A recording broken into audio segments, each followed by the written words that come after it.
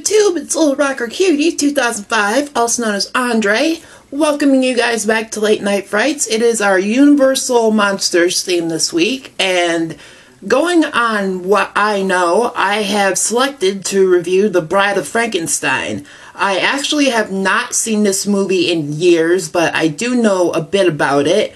Boris Karloff, of course, returns as Frankenstein. You have Elsa Lanchester playing the Bride of Frankenstein.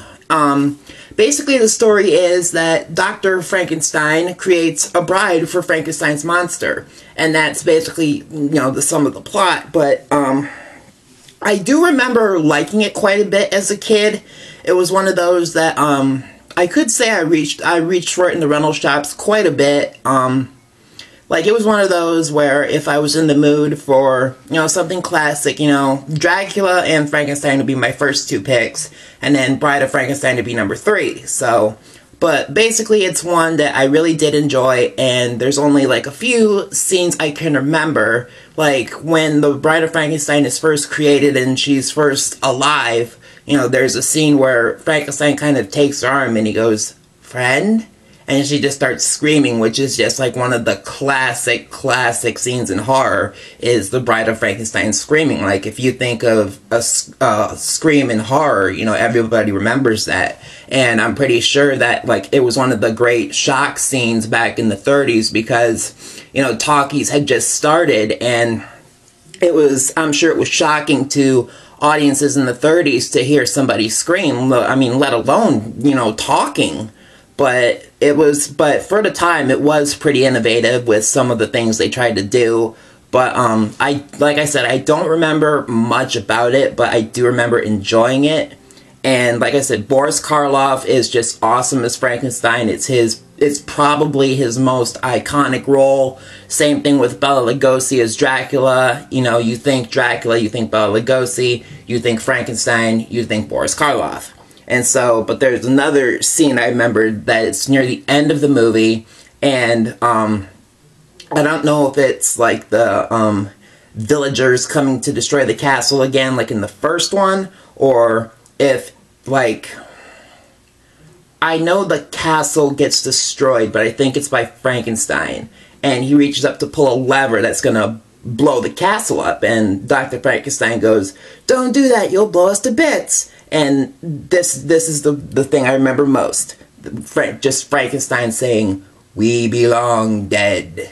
And he just pulls the lever and just blows the castle to smithereens. But it was, like I said, it's one of those movies where I just really, really enjoyed it growing up.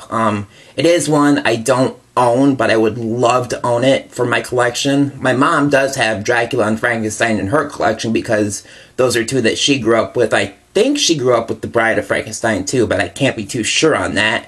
But like I said, I remember enjoying it. Elsa Lanchester was really good as the bride. I remember her more from a movie in the 60s called That Darn Cat, which was a Disney movie. That's really where I remember her from. She was this, like, spying, like, nosy neighbor, and she was just really funny in it. But I'm not talking about that. But she was just, like I said, with Boris Karloff, she's just iconic.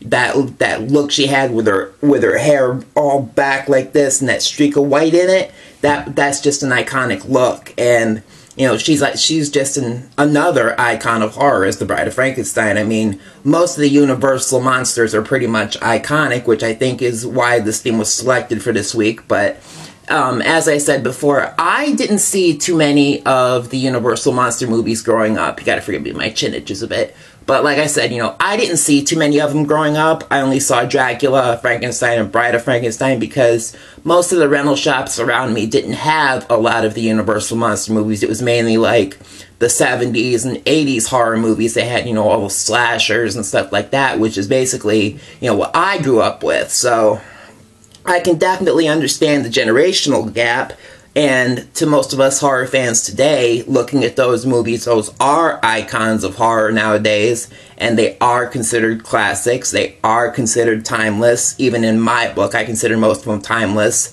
I would like to go back and, like, actually watch some of them to kind of see what I've been missing out on, growing up with 70s and 80s horror and into the 90s and all that. But I'm going to end the review here because I don't know what else I can say about this movie, but all I can say is I really enjoyed it, and if you haven't seen it, give it a look.